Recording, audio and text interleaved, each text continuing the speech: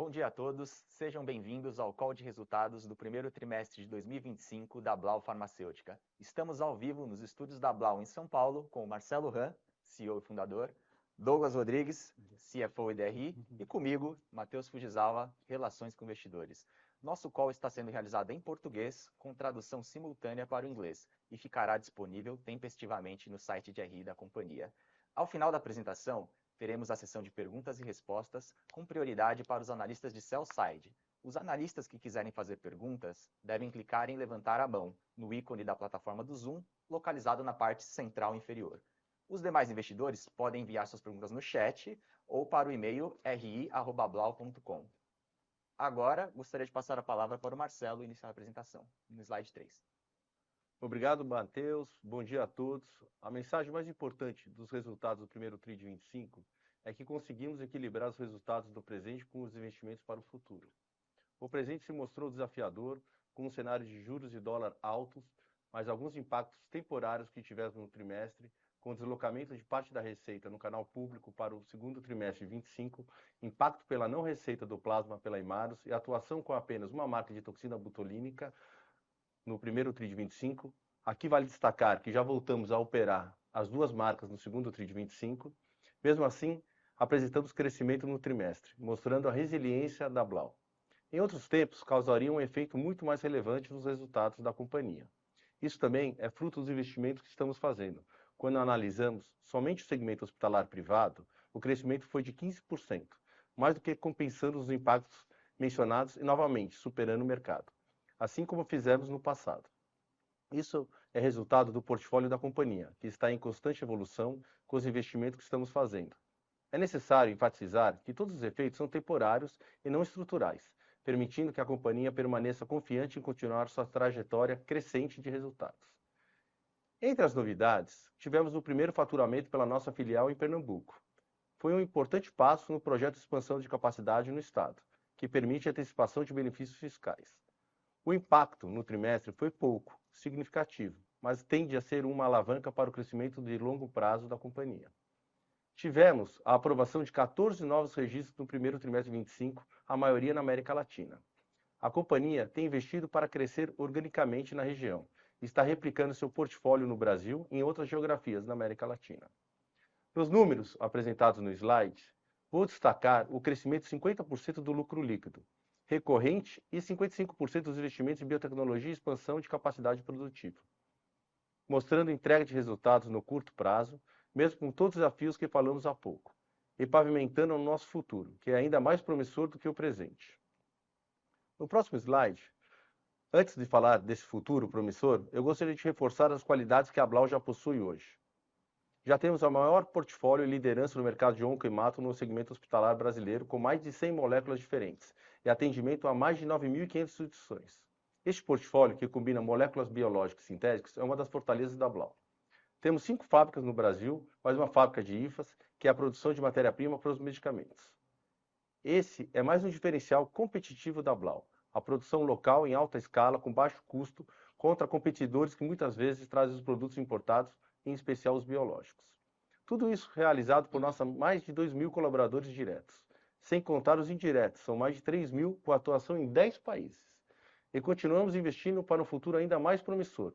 Nos últimos 5 anos, investimos mais de 1,7 bilhão de reais, um valor equivalente à nossa receita do ano passado. Esses investimentos, junto com as pessoas, tecnologia, inovação e vocês no mercado de capitais, já estão construindo a Blau do futuro.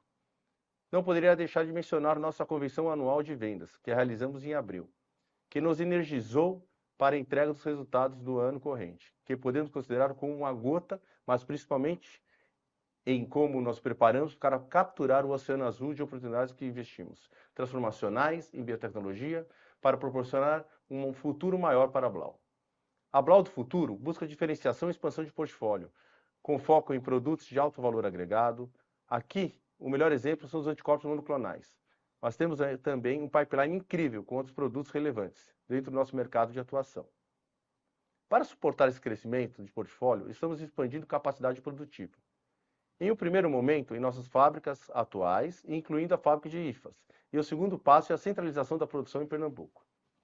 Portfólio, escala e os incentivos fiscais irão fortalecer as vantagens competitivas da Blau, permitirão a consolidação da liderança do mercado local, expansão na América Latina e acesso a novos mercados globais, de maneira competitiva, resultando no retorno desses investimentos para os acionistas. Agora, o Matheus irá continuar a apresentação. Obrigado. Obrigado, Marcelo. No slide 5, a ideia é mais uma vez reforçar que o nosso pipeline de lançamentos deve acelerar nos próximos anos, por conta dos investimentos de aproximadamente 10% da receita que estamos fazendo. Analisando os investimentos de 2022 a 2024, adicionamos um TAM de cerca de 2 bilhões no período. Esse valor deve crescer 50% no período entre 25 e 27, para aproximadamente 3 bilhões, considerando somente os medicamentos que ainda não foram lançados, mas já submetemos para aprovação da Anvisa. Finalmente, considerando os 3 primeiros anticorpos monoclonais que a gente está desenvolvendo, podemos alcançar ainda um TAM incremental de 6 bilhões entre 2028 e 2030, que seria o dobro do período anterior. Passando para o slide 6 da receita, a gente vê que a Blau cresceu 4% no primeiro TRI de 25 em comparação com o primeiro TRI de 24, para 373 milhões de reais, conforme o gráfico na esquerda. Mas a gente precisa analisar o gráfico da direita para entender as diferentes dinâmicas do trimestre. O segmento hospitalar privado teve um sólido desempenho, mais uma vez, crescendo 15% no período e superando o mercado, né, que segundo o IQVIA cresceu aproximadamente 5%, o hospitalar privado. No entanto, tivemos alguns impactos temporários que reduziram nosso crescimento no consolidado. O primeiro foi o deslocamento de parte da entrega da licitação pública, né, que foi do primeiro TRI 25 para o 2T 25, o que resultou aí numa queda de 5% na receita do canal. O segundo impacto foi na bioestética, né? Como a gente já tinha comentado, a venda do registro de toxina botulínica por 7 milhões e meio de dólares, que ali acabou resultando na operação com apenas uma marca num T25. Situação que, né, que de novo, o Marcelo já tinha comentado, já está normalizada no segundo TRI. Já voltamos a operar com as 2 marcas de toxina. Finalmente, né, não tivemos a receita de plasma nesse trimestre, ainda como reflexo das negociações de preço e tempo de contrato na Hemarus, tá? Que aí, em conjunto com esse impacto que a gente falou na bioestética, resultou numa queda aí relevante de 24% na receita do segmento de varejo, estética e plasma. É importante também reforçar a sazonalidade negativa do primeiro TRI em relação aos outros trimestres, né? É um período onde a gente faz a manutenção preventiva das fábricas e, junto com isso, as férias, né, da equipe comercial. Então, a gente tem menos dias úteis, tanto de produção quanto de vendas, né? Então, para finalizar, né, o trimestre foi mais uma prova da resiliência da Blau, né? Foram muitos impactos, um cenário macro ainda desafiador de juros e dólares altos, e mesmo assim a gente cresceu receita no consolidado, e quando a gente olha o mercado hospitalar privado, a gente superou o mercado, né? Então, com todos os desafios, a gente entende que foi um resultado muito resiliente, né? Agora passo para o Douglas continuar a apresentação. Obrigado, Matheus. Bom dia, pessoal. Bom, claramente agora nos próximos slides, né, que a gente vai ver aí o desempenho, né, os indicadores financeiros, eles carregam um pouco desse impacto que a gente tem aqui da receita, né? Uma receita que, se comparada com o último TRI de 2024, ela tem uma desaceleração, né? Acho que pelos pontos que já foram colocados aqui, principalmente nas outras BUs, né, que a BU Core da companhia acho que cresceu, teve mais um crescimento muito sólido, acho que isso é um importante destaque. E, claro, em relação ao primeiro T lá de 24, um crescimento que ainda é tímido, mas acho que muito importante até se considerado, né, que o primeiro TRI ele tem aí uma sazonalidade. Eu acho que todos esses impactos não tiram, neste momento, a convicção da companhia da entrega do plano do ano, que está muito alinhado com o consenso. Passando aqui especificamente para a margem bruta, né, a gente vê aí mais um trimestre que a companhia consegue alavancar, melhorar a sua margem bruta. Quando você olha só Blau, a gente basicamente tem uma margem bruta estabilizada na casa dos 42%, que é a mesma margem que a gente já tinha lá no período anterior, antes de passar por uma entrega de resultados um pouco mais apertada. E Bergamo, mais um trimestre aqui escalando, a gente já está quase na casa de 30% dentro de Bergamo, olhando só essa operação. Acho que essas são as principais alavancas, a dinâmica de continuar escalando margem e, claramente, retomando um outro patamar de receita, essa margem aqui tende a alavancar. Mas se você pega aqui, acho que é uma evolução muito significativa no período, crescendo aí mais de 25% em comparação ao TRI anterior e quase 700 bips. Então, acho que essa é a trajetória, essa é olhar o plano aqui para o ano e, claro, a retomada aqui da receita e a consistência na execução dessa entrega. Passando para o próximo slide, né, claramente quando se olha para as despesas, vão carregar o efeito do patamar de receita, a despesa em relação ao tri anterior, em valores nominais é o mesmo patamar, e aí, claro, com uma receita menor, você tem um impacto aqui, a não diluição. A receita versus o primeiro tri de 24, tem um crescimento aí de mais de 20%, isso claramente vai impactar aqui, né, se a gente passa agora para o próximo slide, a margem EBITDA, mas que também tem uma evolução muito significativa versus o primeiro tri de 24, né? E aí basicamente carregando toda aquela evolução de margem bruta, que em partes ela é amenizada aqui por essa questão da não diluição da despesa, né? E especificamente em relação ao último tri, você tem uma estabilização de margem bruta, mas o patamar de receita impacta aqui a questão da margem EBITDA. Mas ainda é uma margem para primeiro trimestre, acho que muito consistente, indicando aqui, né, a retomada dos próximos tris que a companhia tem pela frente. Lucro líquido, basicamente aqui impactado por toda a dinâmica operacional. Vale destacar a questão da variação cambial, né? A gente volta em 31 de dezembro, uma Petax, $1 na casa de 6,20, 31/3, marcação de balanço a 5,74. Isso traz um efeito aqui para o TRI, em relação a 31/12, e se olha também para o primeiro TRI de 24, a variação cambial joga a favor. Olhando especificamente aqui, acho que vale destacar, né, aí ainda a eficiência tributária da companhia, que basicamente consegue hoje quase que anular o efeito aqui do IR recorrente e do IR corrente, principalmente do desembolso de caixa, isso também alavanca a margem líquida. Então, acho que é um primeiro TRI aqui, né, uma evolução aqui de 50%, mostrando que a companhia, em termos de entrega de curto prazo, tem hoje sim uma consistência de resultados.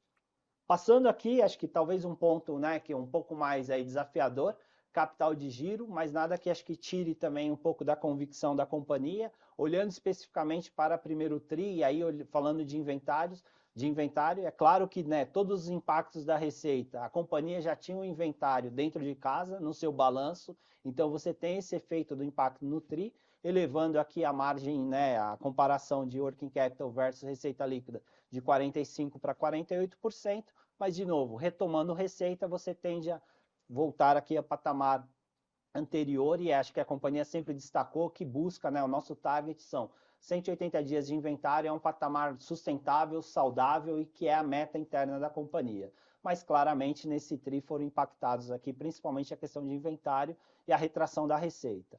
CAPEX, acho que muito aqui o primeiro TRI, se você pega, é basicamente a média dos TRIs, a média de 24, esse é o caminho, né? A gente, na parte de intangíveis, investindo muito forte, principalmente de anticorpos monoclonais, mais o pipeline da companhia, com produtos biológicos e outros produtos também. E aí a questão de CAPEX, a gente está direcionando aumento de capacidade produtiva nas plantas atuais, né? Isso é um passo até para a gente chegar no nosso projeto de médio e longo prazo, que é Pernambuco, e aí também começa a endereçar pequenos investimentos na preparação do nosso complexo industrial de Pernambuco. Mas esse é patamar de CAPEX. E aí, claro, né, aí reforçando mais uma vez, né, a solidez, né, a alocação de capital muito responsável da companhia e acho que uma estrutura de capital muito sólida.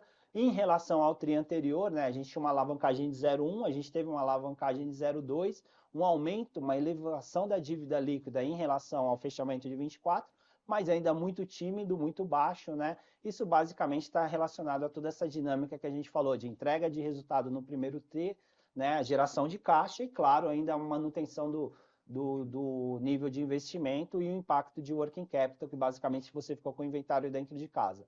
Mas nada que, né, não reforce, acho que sempre a nossa mensagem, acho que a Blau está muito bem posicionada para dar tração à entrega, garantir a entrega do curto prazo e também aí direcionar os investimentos estratégicos de longo prazo. Bom, da minha parte era isso, agora eu vou passar para o Marcelo aqui, fazer as considerações finais, né, Marcelo? E depois a gente abre para perguntas e respostas. Obrigado. Obrigado, Douglas.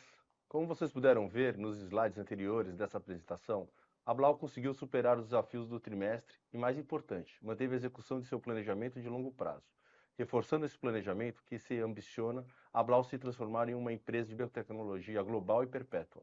Apresentamos mais detalhes de cada uma das iniciativas que no final estão todas conectadas. Não tem como expandir portfólio e geografias organicamente sem fazer os investimentos em pesquisa, desenvolvimento e expansão de capacidade produtiva. A Blau escolheu o caminho mais sustentável, que é desenvolver e ter propriedade de seus produtos com inovação incremental, além de fazer, inclusive, a matéria-prima de alguns medicamentos estratégicos. Isso leva mais tempo, é verdade, mas nos dá um posicionamento muito mais competitivo no mercado e amplia as barreiras de entrada dos competidores. A jornada de crescimento e diferenciação está apenas começando. Junte-se a nós. Agora, passo a palavra ao Matheus, seguir com a sessão de perguntas e respostas. Obrigado, Marcelo. Agora vamos iniciar a sessão de perguntas e respostas. Os analistas sell-side que quiserem fazer as perguntas devem clicar em levantar a mão, no ícone da plataforma do Zoom, localizado na parte central inferior. Os demais investidores podem enviar sua pergunta no chat ou no e-mail ri@blau.com. A primeira pergunta é do Rafael Elage, da XP. Rafael, acredito que seu áudio já está liberado. Pode prosseguir.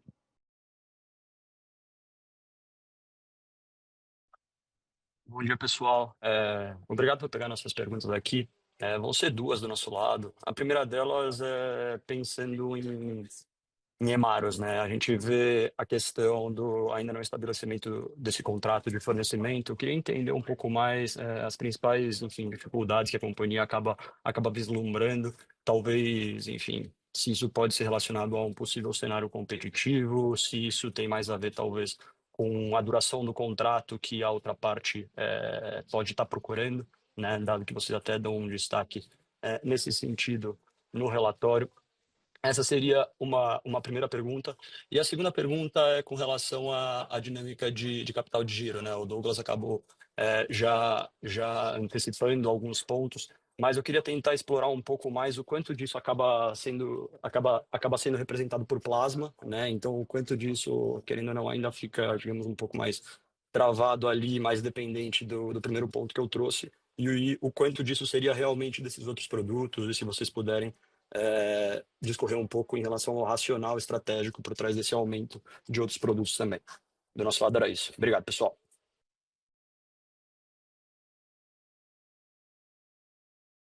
Bom dia. Sobre a Hemarus, a ideia da companhia é buscar a melhor oportunidade, né, tanto no preço como um contrato de melhor prazo, né, mais longo prazo para a companhia, né, e abrangendo as outras unidades também que a gente está ampliando lá nos Estados Unidos. A venda ela se realizou do plasma até o último trimestre de 2024. Então a gente tem muito pouco estoque, né, e a gente está procurando as melhores oportunidades. As negociações são com empresas grandes, né, a gente fala que tem 10 players aí grandes no mundo para negociação, inclusive a própria Protia, onde a Blau investe também, tem a oportunidade de a gente vender para eles também. Então a gente está estudando a melhor oportunidade, né, para trazer para o negócio. Sobre o capital de giro que esse impacto tem, eu acho que ele é pequeno, mas o Douglas pode explicar um pouco melhor para você. E a gente espera realizar essa venda o mais breve possível, né? Então, esse impacto que a gente teve no primeiro TRI, ele não é perdido, porque esse plasma ele tem uma vida longa de validade, né? Então a gente pode vender aí tranquilamente no próximo TRI ou no próximo, daqui 6 meses, que não vai ter diferença nenhuma. O mais importante é que ele está no estoque, né? Ele contribui com uma margem positiva de rentabilidade, né? Então, para nós é uma questão de melhor negociação que a gente tem. A gente tem também a oportunidade, se a gente em algum momento achar oportuno, vender no mercado spot, né? Mas não é o que a companhia almeja, né? A gente almeja um contrato aí de longo prazo. Então, nosso time está focado em buscar um parceiro aí para a próxima oportunidade. Sim, acho que é exatamente isso, né, Marcelo? E a gente ainda, quando olha essa operação nos Estados Unidos, claramente eu não tenho escala, meu poder de negociação, mas a gente está sempre buscando um contrato que na linha do tempo seja muito atrativo para nós, né? Então, acho que é isso que leva tempo. Aí, Rafael, colocando especificamente sobre capital de giro, né, acho que o impacto relativo à plasma ele é menos representativo nessa dinâmica dos impactos da receita. E aí, olhando mais para a BU de estética, né, você está falando de um produto biológico e basicamente é importado quase que pronto, né?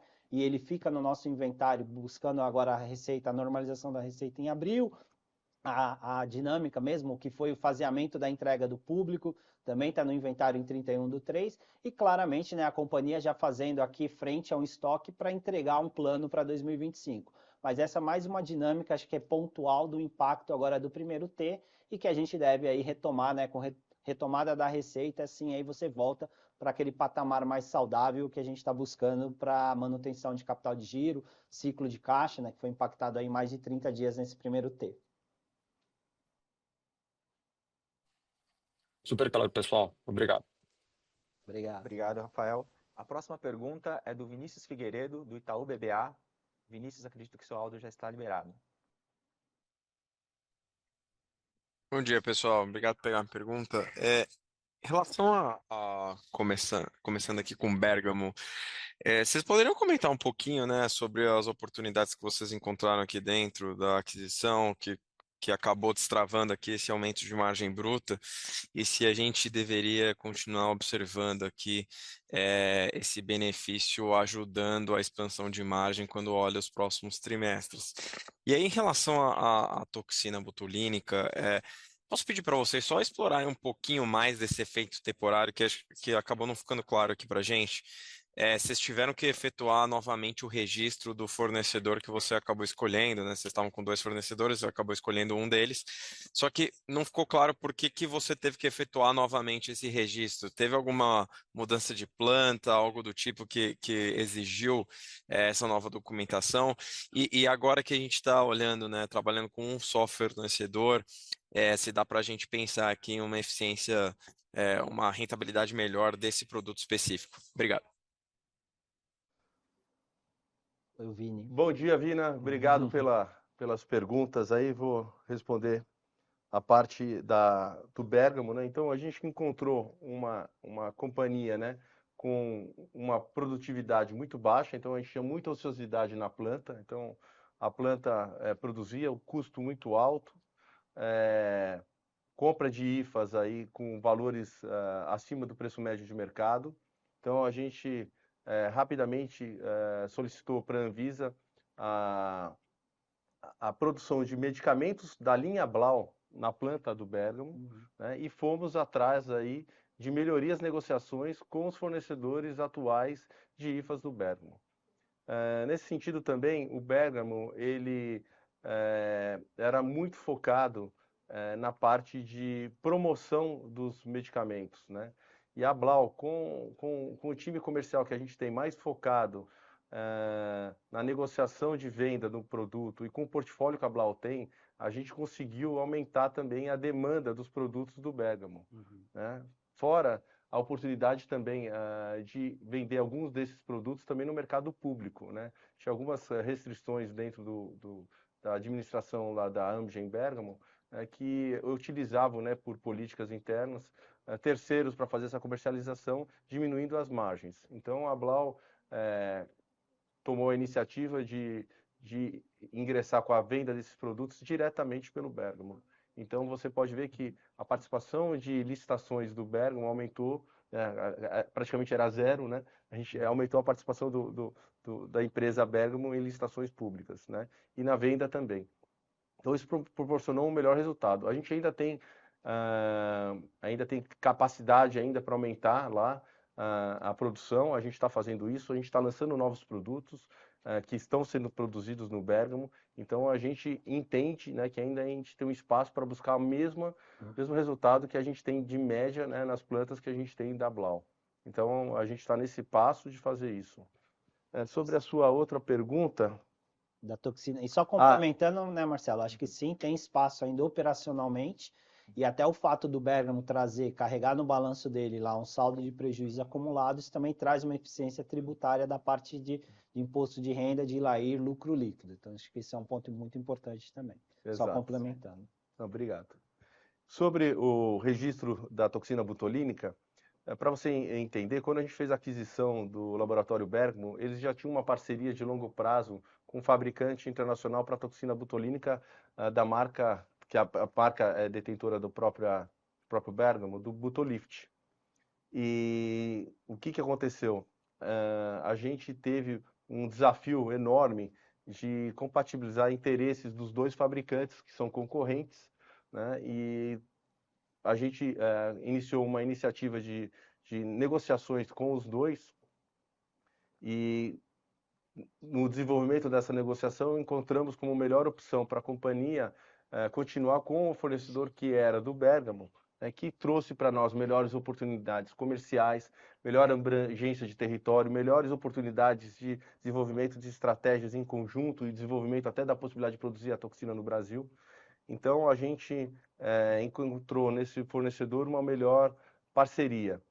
E com isso, a gente abriu mão do outro fornecedor, ao qual a gente acabou vendendo o registro, né? Então, o registro do produto ele se desvincula da marca do produto, né? A marca Butolink é da Blau. Então, a gente, nessa negociação que a gente fez com o fornecedor, a gente optou por continuar com as duas marcas no mercado, sendo fabricadas do mesmo fornecedor. E por isso, né, que a gente teve um desafio regulatório, né, de registrar esse produto pela Blau, porque esse produto era registrado pelo Bergamo, né, com uma marca. A gente teve que fazer um novo registro pela Blau com uma nova marca. E para fazer isso, a gente precisava fazer o processo completo da venda do outro registro, porque eu não consigo transferir uma marca para um novo produto se eu não cancelar esse produto junto à Anvisa. Então, a gente tinha que manter esse registro vivo para poder transferir para um novo, né, comprador aí dessa marca. E foi o que foi feito. A gente teve um período que a gente ficou sem comercializar o produto, né, que foi esse período aí transitório, vamos chamar assim, de 3 meses, 2 meses e meio, né? Quando a gente conseguiu todas as licenças, né, e registro para comercializar, a gente não teve tempo hábil, né, de preparar o material de embalagem, de colocar o produto no mercado e assim por diante. Então, tomou-se mais tempo do que o imaginado inicialmente e a gente teve essa falta de venda da Blau. Não que a gente tenha tido falta de vender ao comércio, a gente teve a falta de faturar e entregar. Então, esses pedidos que foram emitidos no primeiro trimestre ficaram represados e foram agora, no segundo tri, foi feita a venda desse produto. Então, hoje, esse produto já está sendo comercializado no mercado, né? Então está sendo faturado e entregue normalmente, né? Com esse represamento que houve do primeiro tri. Então a gente entende que essa unidade de negócio vai entregar a meta do resultado de 2025 com uma tranquilidade, porque eles estão atendendo o mercado de forma a seguir com o plano estratégico da companhia de atingimento de meta. E o posicionamento competitivo do Botulin melhorou, né, com o novo fornecedor, certo, Marcelo? Então a gente não só melhorou como novo fornecedor, a gente fez uma nova rebranding do produto, né, um novo relançamento do produto e melhoramos aí a equipe comercial nossa, né, aumentando o foco nessa unidade de negócio, até porque a gente tem previstos outros lançamentos de outros produtos nessa unidade de negócios aí a partir desse ano. Então a gente já está reforçando o time comercial, de marketing, né, e reforçando todo o plano estratégico, né, de publicidade desses produtos. Ficou claríssimo. Não, obrigado, Marcelo. Obrigado, Douglas. Bom dia. Obrigado, Zinho. Tudo de bom. Obrigado, Vinícius. A próxima pergunta é da Estela Estrano, do JP Morgan. Oi, pessoal, bom dia. Obrigada por pegar minha pergunta. A primeira, na verdade, ela é sobre os lançamentos, então vocês poderiam passar uma atualização sobre como está a rampagem das novas moléculas lançadas no meio do ano passado até agora, e qual a expectativa de lançamentos ali do pipeline para 2025. E a segunda é como que vocês estão vendo o cenário competitivo? Acho que a dinâmica estava um pouco mais difícil ali em 23, comecinho de 24, então eu queria saber de vocês como que estão enxergando a competição agora nesse começo do ano. Obrigada. Então, eu vou começar aqui com a primeira pergunta, né, dos lançamentos. A gente espera lançar ao redor de 700 milhões de valor de mercado esse ano, que é um valor semelhante ao que a gente lançou em 2024, mas aqui a questão, acho que mais do que pensar no ano corrente, é pensar aqui no próximo ciclo, né? A gente já até reforçou no call, a gente lançou mais ou menos 2 bilhões de mercado nos últimos 3 anos. Para esses próximos 3 anos, a gente planeja lançar ao menos 3 bilhões, né, de reais. Isso é 50% a mais. E depois, com o anticorpo monoclonal, pretende dobrar novamente aí, essa quantidade. E os lançamentos, no geral, né, claro que tem variações de produto a produto, mas no geral eles vêm atendendo a expectativa da companhia, né, que é gradualmente eles irem rampando o market share deles. uma maior participação, né, na receita, né, de novos produtos. O cenário do mercado competitivo, ele continua, né? Não naquele estresse que vinha, né, de 1 ano e meio atrás, mas o mercado ele é competitivo, né? Eu acho que a Blau tem feito um excelente trabalho com o time comercial, com o time de marketing, né? Com o nosso portfólio, com essa presença mais perto, né, do nosso cliente final, e tem trazido boas oportunidades para o nosso negócio. Agora, o cenário competitivo ele continua, como sempre foi, né? Mas sem aquele estresse do passado, né? Então, aquela briga por preço, de preços fora da realidade, a gente não tem visto, né? Até porque a Blau, hoje, com o portfólio que ela tem, ela consegue administrar melhor, né, quais são os produtos mais interessantes, né? Quais são os produtos que ela briga por preço, qual produto que ela não briga por preço. Então, eu acho que a gente está num cenário, vamos dizer assim, com esse portfólio que a gente tem hoje, com essa dinâmica que a gente está tendo, um cenário confortável nesse sentido. Ficou super claro. Muito obrigada. Obrigado, Estela. Obrigado, Estela. A gente também tem aqui uma pergunta no chat, eu acredito que a gente até já respondeu ela, mas talvez a gente pode dar um pouco mais de detalhe. O Renan Ulrich, desculpa se eu pronunciei errado, do Clube de Investimento Infinity, ele fala aqui: bom dia, quais as medidas a empresa tem tomado e programado para melhorar o capital de giro e reduzir os dias de estoque? Obrigado. Acho que a gente colocou um pouco aí que foi mais um impacto, né? Tem sazonal do primeiro T, em função de você não poder comercializar aqui a toxina botulínica, já ter o produto dentro de casa e até a questão próprio plasma dentro o plasma dentro e uma estoque. série de outras coisas. Né? Então até isso... mesmo o faseamento da entrega do público, que ficou para o segundo T, então uma série de fatores aí a gente entende que isso depois com a retomada da receita, aí agora é foco mesmo em retomar a receita. Né? Outro ponto importante de destacar que, da mesma forma que a Blau é uma empresa que apresenta resultados trimestralmente, né, os nossos fornecedores ele também têm a ambição de atendimento de suas metas, né? Então, geralmente, no final do ano, a gente também tem um ingresso maior de insumos dentro das nossas fábricas, né, em virtude dos nossos compromissos com esses fabricantes de negociação para ter melhores preços, melhores condições, a gente acaba recebendo mais insumos do que o necessário no último tri do ano, o que acaba carregando isso para o início do ano. Aí você começa a preparar o ano, né? Então é normal que você arranque ali com um nível um pouco maior de estoque, e depois ele se estabiliza e vai diminuindo gradativamente até o próximo ciclo. É isso aí, então. Acredito que não temos mais perguntas aqui no chat também. Então, Marcelo, não sei se você quer fazer uma... Pessoal, gostaria de agradecer a todos pela oportunidade de falar um pouco mais da Blau, né? E transmitir para vocês que a gente está todo o management da companhia está muito alinhado e muito confiante, né, com o futuro promissor da companhia.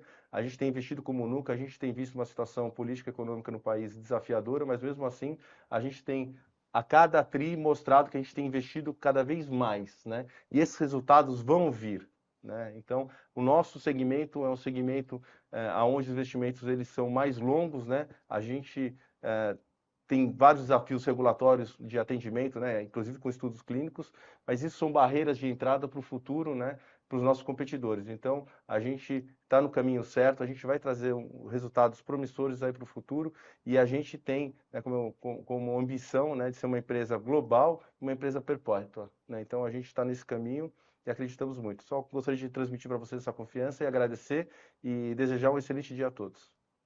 Obrigado. Obrigado, a todos, pessoal. pessoal. Blauer. Blauer.